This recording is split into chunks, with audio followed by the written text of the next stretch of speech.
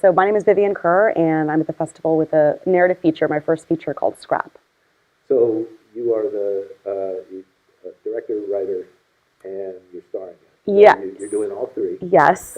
And I also produced it. So that's quite a lot for your first feature. Yes. Was that always going to be the plan? Like, I find the right vehicle, I want to. Well, I think it happened kind of organically because my background is as an actor primarily, and then sort of I started transitioning from acting to writing, as a lot of actors do. Like, you want to write material for yourself, for your friends. And so I was doing that for years. And then I did always know I wanted to direct, but I sort of thought I would do it when I was older. Because in my head, the directors I really admired were, a lot of like old men, right? So I thought, oh, you don't really get to be a director until you're like 60 or something. Like, you had to sort of have a certain amount of life experience to somehow earn it, which no one told me that. I don't know why in my head I thought that was the case, but so I guess it was something I just thought would happen much later. Right. And then this project originally was a short film that I wrote and was acting in, and which I didn't direct, but the process of doing that, I realized that the story was really important to me, that I felt it should be a feature, and that I really wanted to direct it. So was it still built around that as a short? Yeah, so the short was essentially, like, plot-wise, like the first 15 minutes of the film. So it was just sort of introducing this woman, and that she's living in her car, and has this sort of estranged relationship with her brother, but you don't really understand anything else. And then it basically ends. Well, I don't want to give spoilers. Okay. so yes, without spoiling the film, just setting it up. I mean, so you right off the bat, you watch the trailer, you subvert the Hollywood story of Hollywood, right? We see the Hollywood side, and we see Beverly Hills, and then we see this woman, who is obviously falling on hardship, but is in this place. Then you add the dichotomy of Beth as a child. The brother desperately wants a child and feels like, why does she get this and can't be a good mother, whereas we want to? So how did you come up with these two kind of dueling narratives that really play off one another? Yeah, I think that because I lived so much of my adult life in Los Angeles, it's like the quintessential city, maybe even more than New York, that's like the dream versus the reality, because almost everyone in LA is not from LA. Right. They've come, and almost all of them have come for one specific reason, which is the entertainment industry, which is a career that is, no one's moving to LA to work in the entertainment industry, even if you want to be an agent. No one's coming. I mean, most of them, I assume, aren't coming to think like, this is going to make me wealthier beyond my wildest dreams. They're coming for a passion, for the arts, for filmmaking, to somehow be a part of that. So, you kind of come to this city, this sort of shining, glorious city on the hill, and then you're like, oh, you look around, and you're like, oh, it's like very expensive here, and like very dirty, and a little bit lonely, and I don't even know how to get started in my career. So I think, I just sort of had so many experiences, I mean, not quite like Beth, but similar to Beth, where you feel like you're trying so hard, and it almost feels like you're fighting the city. I think sometimes New York is a little bit like that too. But that's kind of true of any big city. So that really struck me. And there were a lot of, I think there's been so many movies sort of glamorizing LA. I remember seeing La La Land, which I think was beautiful. It's a gorgeous film, but I remember seeing it thinking, I don't know that city at all. Yeah. Like, I don't know this city at all. It has no bearing to, my relationship with this place that I've lived in for so long. So that as just a subject has always really interested me. And then in the character of Beth, she's someone who has kind of taken that almost to an extreme. She's so in denial with her reality. And so part of that, like, kind of showing these like glamorous images and then contrasting it with her actual reality is trying to get us in her headspace, where she's just trying to see everything. She's trying to make everything as beautiful and nice as possible, when the reality is like very worrying and frankly like physically endangering, as a woman by herself in this car. Right. You entered the industry as an actor. How is and still are an actor, but adding now producer, director, writer, how is your experience as an actor? How did that inform you directing other actors? I think it was super helpful, because at that point I had been on so many sets and I had so many different experiences, I mean, everything from, little tiny, like, one-day short film things that you're just doing with your friends, essentially, in your apartment, to, episodic TV and movies where you're on a huge film set with, like, over 100 crew members. Yeah, and I think one of the things you learn very quickly as an actor is how to take care of yourself, like how to, because there isn't that much time on set. And a lot of times the directors, especially if it's episodic television, I mean, the performance is almost like the least of their concern, and they're also, episodic directors are coming and going, right, each episode, so they're not even sort of consistently there. So you're often left on your own. So if you, I think, act for long enough, you sort of figure out what your process is and how you're going to kind of be self-sufficient. So that was actually super helpful for me because I knew then my own performance, I mean, it's like cocky to say that it was like taken care of, but like I knew I would prep that in a way that I wouldn't be worried about it on set, so that I could then focus on the other actors.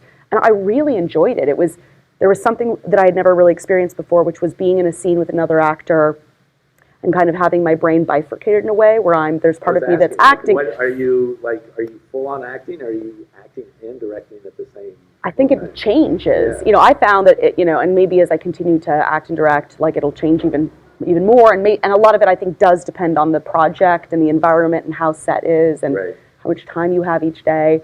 But yeah, sometimes I was sort of very in it, as the actor, and then other times you can almost like backseat direct a little bit, and especially if the camera, if we've turned around and we're doing your close-up, and I'm still obviously doing the scene with you, but I can maybe make adjustments off camera to sort of direct you a little bit, even as I'm in the scene with you, and that was very fun.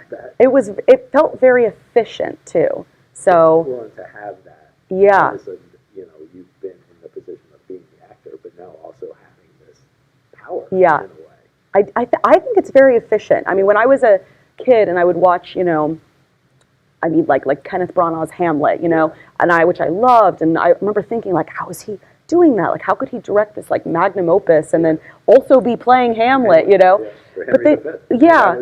But you also realize too, right? It's like these films are so broken down. It's like one day, I mean, especially on a film like that, we don't have that kind of budget at all, but you're spending maybe one day on like one small scene in one room. You already know kind of all the angles that you're going to shoot it, how you're going to shoot it. So in a way, like if you're the director and also acting in it, you get so much more inner knowledge than the other actors. So in a sense, like they're kind of at a disadvantage. So I did everything I could, and I hope the actors had a good experience. I think they did. To give them as much of my time to discuss their characters, to try to give them as many takes as they wanted. If they had another idea they wanted to try, to let them. I always appreciated that as an actor, being given space and freedom to be, creative, to not feel like I was someone's little automaton, So as a producer, what did it take to get this film made? I mean, so I just get overwhelmed just thinking about, it's one thing to be the writer and you write the screenplay and you cast the film, but you produce it. What, for anyone else out there who is thinking about, I have a film I want to. Yeah. How do you even begin? Yeah, I mean, it's so hard. I honestly think that the biggest barrier is money, right? It's like we know everyone with a great screenplay. We know so many people with exceptional talent, and I think a lot of times maybe people who are more artistic are not also don't have a lot of like business acumen or aren't financially savvy and don't know, not that I am, but don't know how to make that leap. So I guess my suggestion would be for people to obviously network, right? Like go to film festivals, even if you don't have a film in a festival, go meet people, ask people to have coffee with you. Like, if you were someone who wanted to be a first-time director and like you had written a script, it's like have coffee with 50 producers, find out what kind of work they like, what they're passionate about, see if there's an overlap. And if there's not, see if they know someone who's like, actually, I do know someone who would love this script, or who has been looking for something like this.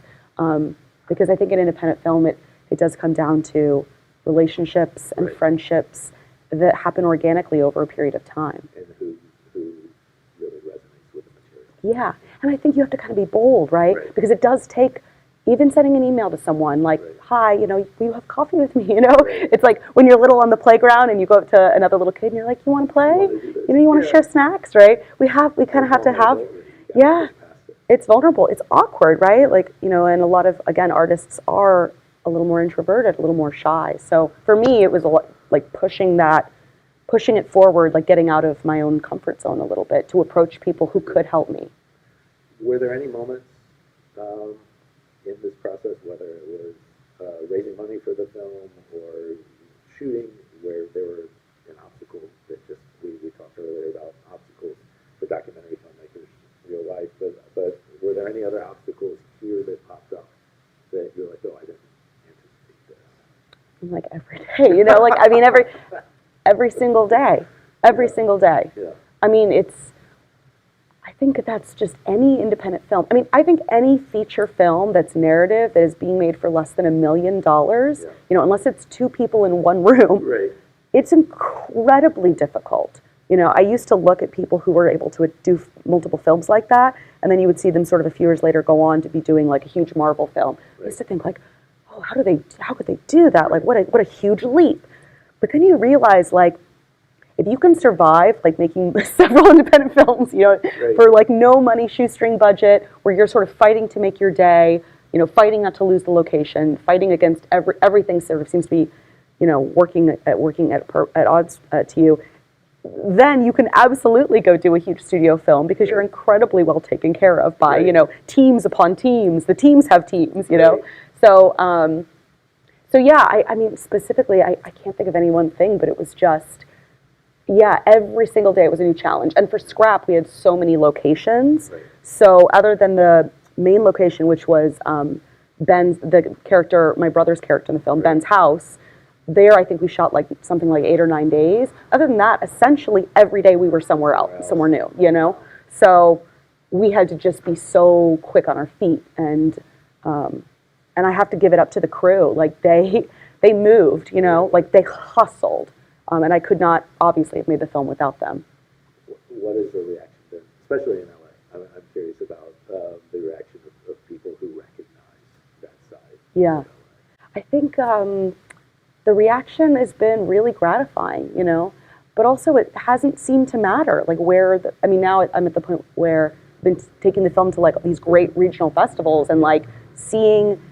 We were at Phoenix Film Festival, and now we're here in Vermont, and I was in Massachusetts, and like we were in Iowa. It kind of feels like everybody resonates with the film, which yeah, and I think it's because like no matter where you are, you've always sort of imagined like there's probably been moments in your life where like, oh God, like I'm really stressed out about money, right. Or like it feels like my job is getting a little shaky, right. Or I want to switch careers, but like I don't know how I'm going to pay for my health insurance, right. Or put my kids through college. And so I think we've all been worried at some point, about our financial stability. So it seems like people resonate with that theme no matter what. Although I do think maybe people who are familiar with LA enjoy recognizing some of the places. Exactly. Yeah. And there's that moment where it could be almost Easter eggs of saying, yes. There's this little thing I recognize. Yeah. That. And I wanted to put as much in the film that I felt, was me. These are places that I had been to before. Right. We go to Skylight Books in Los Feliz, right. And like I've been there a million times. Places of character. Yeah, the places that felt, and I'm sure this is someone's La La Land. Where they're watching the film, they're like, well, this isn't my LA, because obviously but there's a million. Yeah, obviously there's a million stories for to encompass everyone's experience with the city. But I really wanted to encompass mine, and then sort of specifically this. I don't know, sort of chip on my shoulder feeling that I'd had in my 20s. As a writer, what are you thinking about next? I feel like I need to ask the what's next question, but I also kind of hate that question too. Yeah. But from the writing standpoint, like, okay, so what interests you now? What world do you want to create now? So actually, I shot my second feature already. So I'm in post-production on it. Okay. So. It's completely different. It's genre. It's like a psychological thriller, and it's a period piece. So okay, so a vast departure. Yeah, and I realized that my background is in theater, and I realized once I had made Scrap, it had taken essentially 6 years for me to get it made. Right. And once I had made it, I realized like everything, I'd sort of put it to bed. You know, Right. I feel like that might be how novelists feel with their first novel, Yeah. where they've sort of put everything in their life up to that point in that Into first that. novel, right? And then Yeah. you're like, oh, how do I do or the musicians, right? Like the difficult second What is- album, what is right? the Like, next- what do I do what is next? the next great idea? Yeah, and Yeah. so for me, I was kind of done. You know, I felt like I had told my Los Angeles story, and you know, my story of my 20s essentially. Although I never lived in my car, thank God. Right. But I felt like I'd done that, and I sort of had put my relationship to Los Angeles to bed. So, yeah. So the next film is totally different. It's actually very loosely inspired by an August Strindberg play. Okay. So I was kind of going back to my roots, which was in theater. That's perfect. Yeah, but thinking about that, I don't know obviously what my third film would be. I write things all the time, but I'm realizing like I do want to play in different worlds, you know. So for me, I would love to make a lot of very different films. You know, that's kind of that seems fun to me. That's what drew me to theater in the first place. You know, do this play, do Shakespeare, then do a brand new work from a playwright that, you know, is still doing rewrites while you're in the rehearsal process. Like, I want to play on all the playgrounds. Every experience is different. Yeah. It should be if you can do that. That's who wouldn't want to Yeah. be in a different world. I mean, some people do make, you know, some directors do make the same movie over and over again. Right. Because there's something particular that they feel. Speaks to them. Yeah, and I just, yeah, I want to play in different worlds. That's kind of what excites me. Well, we look forward to watching it for sure. Thank you. Thank you.